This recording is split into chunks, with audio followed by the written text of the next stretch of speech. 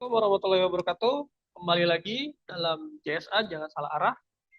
Ya, dalam kesempatan malam hari ini kita akan bahas satu topik yang aktual, penting, yaitu tentang SDGs ya, Sustainable Development Goals.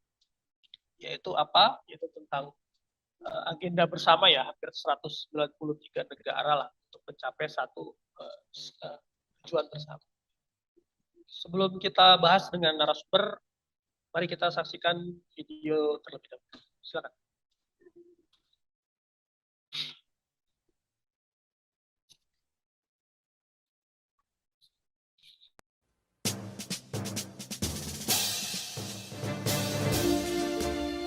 Wabah COVID-19 yang terjadi sejak 2020 telah meluluhlantakkan banyak sektor dalam kehidupan umat manusia. Tak terkecuali salah satu program internasional jangka panjang bangsa-bangsa yang terkena dampak COVID-19 adalah Sustainable Development Goals. Sustainable Development Goals atau tujuan pembangunan berkelanjutan adalah salah satu agenda internasional yang disusun oleh Perserikan Bangsa-Bangsa PBB dalam tujuan untuk mensejahterakan masyarakat dunia dalam sejumlah indikator yang telah disepakati bersama. Program sendiri melibatkan 194 negara civil society dan berbagai pelaku ekonomi di seluruh dunia. Tujuan utama dari program ini adalah untuk mengatasi masalah sosial dan ekonomi di negara-negara yang membutuhkan bantuan.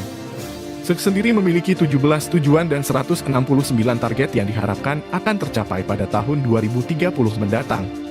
Sendiri disusun pada 25 September 2015 atau sekitar 7 tahun yang lalu.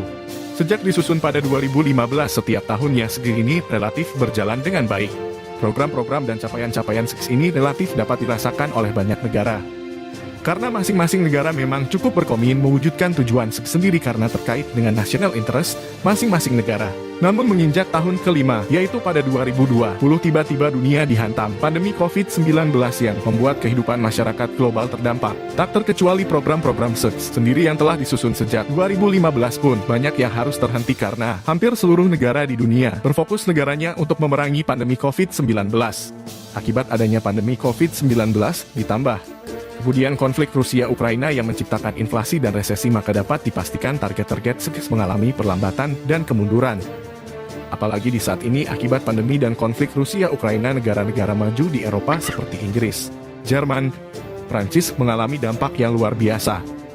Krisis energi yang parah yang membuat situasi di negara-negara tersebut mengalami kemunduran bahkan sebelum 2015. Tak terkecuali di Indonesia akibat pandemi, perang Rusia-Ukraina, dan terakhir akibat kebijakan menaikkan BBM bersubsidi, situasi Indonesia mengalami tekanan yang hebat. Dan hal ini menyebabkan perlambatan bahkan kemunduran dalam pencapaian yang telah dibangun sejak tahun 2015. Semoga situasi dunia dan Indonesia akan kembali pulih sehingga target-target diantaranya menciptakan kesejahteraan dan meningkatkan pendidikan dan kesehatan masyarakat dunia akan dapat berjalan kembali. Sekian. Ya, baik. Tadi kita menyaksikan ya satu tayangan video tentang perjalanan SDGs ini ya, dari yang diinisiasi di tahun 2015. Sudah berjalan saat ini 7 tahun ya, namun ketika menginjak tahun kelima terjadi COVID-19 yang membuat capaian-capaiannya tentunya melambat. Nah, ini bagaimana nih analisanya Bang Matur terkait dengan SDGs? Silakan Bang. Ya, terima kasih Bro Mustofa. Jadi SDGs ini ya, Sustainable Development Goals ini adalah satu tujuan pembangunan yang berkelanjutan.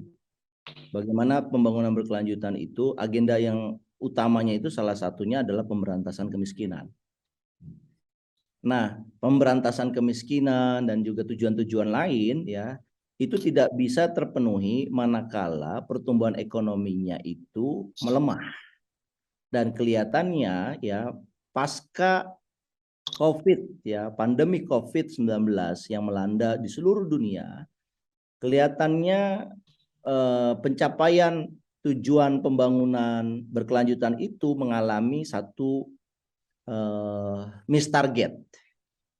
Ya, karena wajar ini adalah disrupsi ya, ekonomi melemah sehingga yang terjadi malah negara-negara yang tidak pandai mengelola pandemi ini itu masuk ke dalam jurang kemiskinan, lemahnya daya beli, rendahnya kesejahteraan, dan bisa berakhir kepada munculnya negara gagal, di mana negara gagal itu adalah pemimpinnya itu terus mengalami pergantian, sementara kesejahteraan tidak terpenuhi gitu.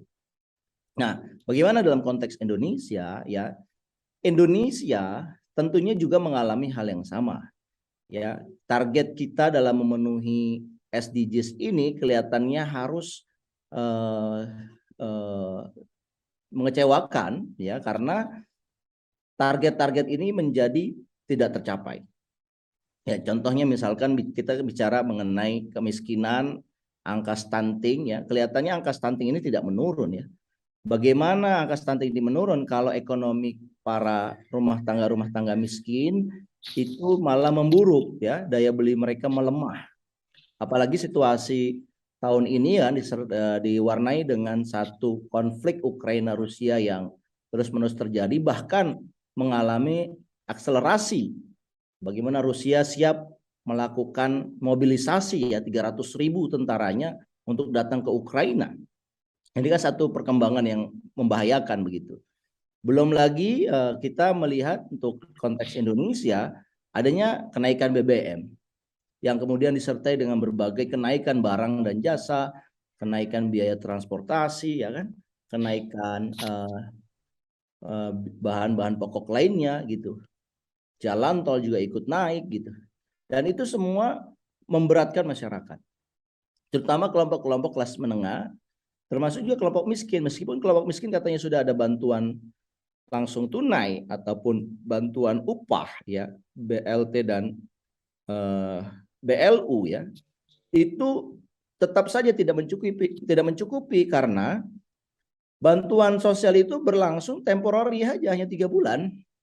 Setelah 3 bulan dilepas. Bagaimana mereka bisa hidup yang masa bodoh amat begitu kan?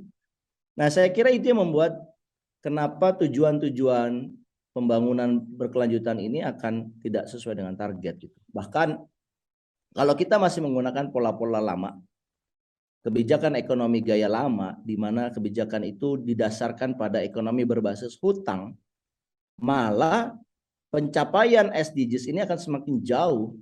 Kenapa? Karena begitu negara punya penerimaan dari pajak, maka penerimaan dari pajak itu dibayarkan untuk membayar hutang dan pokok hutang terlebih dahulu dibandingkan program-program sosial ataupun program-program pembangunan. Jadi pencapaian akan lebih rendah lagi targetnya begitu. Nah, sebaliknya negara-negara yang tidak tergantung ekonomi kepada hutang dan dia punya sektor real yang kuat, ini diduga adalah negara-negara yang cepat mencapai SDGs-nya. Dan kalau kita lihat ya, ternyata negara-negara yang cepat melakukan SDGs ini adalah negara-negara yang memang dianggap sebagai negara kaya ya, seperti China ya. Itu mereka adalah negara Asia yang memiliki ekonomi yang luar biasa besar, dan mereka terbukti ya bisa mengangkat masyarakatnya, mayoritas bahkan itu dari yang tadinya dalam kelompok miskin, mereka sekarang menjadi kelompok menengah yang kuat. Kenapa? Karena basis mereka adalah ekonominya berbasis ekspor driven growth. Ya, ekonomi berbasis pada ekspor. Ekspornya bukan material atau mineral ataupun eksploitasi sumber daya alam, tidak.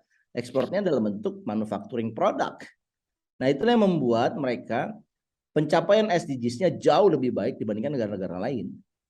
Nah, kita ini karena kita tidak meniru gayanya China yang memperdulikan masalah manufaktur, industri ya, kita lebih memprioritaskan masalah infrastruktur dan investasi fisik lainnya gitu. Maka yang terjadi adalah ya kita tidak secepat China gitu dalam mencapai tujuan pembangunan jangka panjang ini ya.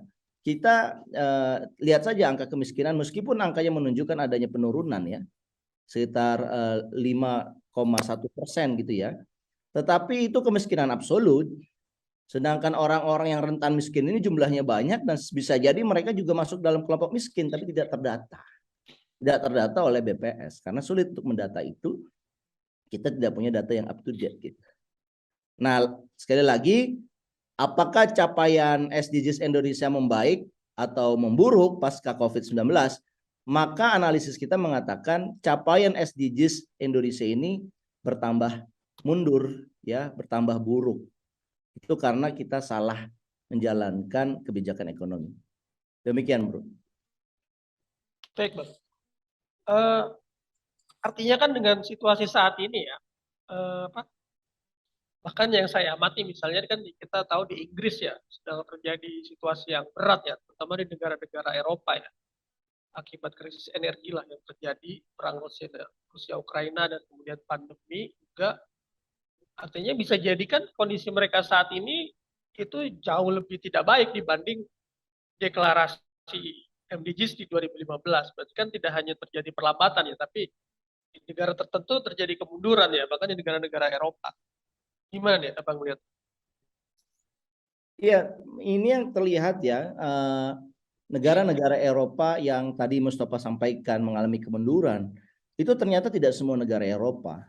Negara Eropa yang mengalami kemunduran dalam mencapai SDGs-nya, bahkan sekarang lagi struggle ya terkait mengenai kesejahteraan ekonominya, itu adalah negara-negara yang tidak mempersiapkan diri ya ekonominya dari sektor real.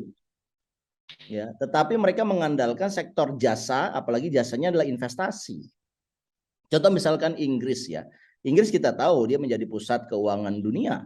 Jadi bukan sektor real yang bergerak, tapi adalah uang-uang yang tidak bergerak di sektor real, hanya uang-uang yang bergerak di sektor moneter saja. Dan itulah yang kemudian menyebabkan kenapa Inggris suffering yang begitu luar biasa, karena sektor realnya yang ini yang terkait dengan banyak orang ya, itu tidak jalan. Yang kaya di sana adalah para financial entity, para bankers, ya, yang kemudian mereka itu jumlahnya sedikit. Sementara kebanyakan rakyat itu ya sektor realnya tergantung kepada impor. Nah, begitu negara ini mengalami pemulihan ekonomi, ternyata pemulihan ekonomi ini disertai dengan mahalnya barang-barang impor. Sementara penghasilan real mereka tidak naik. Itulah yang kemudian mereka sekarang harga gas mahal ya, harga bensin mahal, dan mereka mengalami penderitaan yang luar biasa gitu. Ya, contohnya kita pernah bahas itu ya kemarin, Inggris tuh bagaimana orang harus menunggu sisa-sisa makanan untuk membeli makanan yang lebih murah gitu, karena mereka nggak punya uang lagi. Nah, sementara negara Eropa lain seperti ya katakanlah negara-negara di Skandinavia ya, mereka ini sektorialnya kuat. Mereka tidak tergantung pada negara lain ya. Beda dengan Jerman yang gasnya tergantung pada Rusia. Sekarang Jerman juga suffering. Tapi negara-negara yang memanfaatkan gas dari dalam negerinya sendiri ya, terutama di laut Arktik ya, di laut utara, itu mereka survive ya. Norwegia ya, kemudian apalagi Swedia ya, Finlandia, itu mereka termasuk negara-negara yang survive di Eropa itu karena mereka tidak mendasari ekonominya kepada berbasis hutang ataupun berbasis impor dari negara lain. Jadi apa yang bisa kita pelajari dari sini? Kalau negara yang ingin tercapai ya tujuan-tujuan pembangunan berkelanjutannya, maka negara itu harus berpikir kemandirian. Kemandirian pangan, kemandirian energi, sehingga dengan kemandirian itu ketika barang-barang di dunia ini naik, ya mereka tidak suffering karena mereka memiliki di dalam negerinya mereka sendiri. Mereka menikmati dengan harga yang terjangkau gitu lah. Dan dalam kondisi itulah mereka menjadi negara yang survive. Demikian, Bro. Oke, baik Bang. Saya pikir cukup ya diskusi kita tentang SDGs ini. Kita berharap semoga kondisi Indonesia cepat segera pulih lah dan kembali bisa melanjutkan program-program SDGs ini karena misinya baiklah untuk kesejahteraan dan bangsa Indonesia itu. Terima kasih Bang atas waktunya. Terima kasih juga Bro Mustafa dan juga teman-teman yang sudah menyaksikan. Semoga bermanfaat. Ya, amin. Ya, assalamualaikum warahmatullahi wabarakatuh. Waalaikumsalam warahmatullahi wabarakatuh.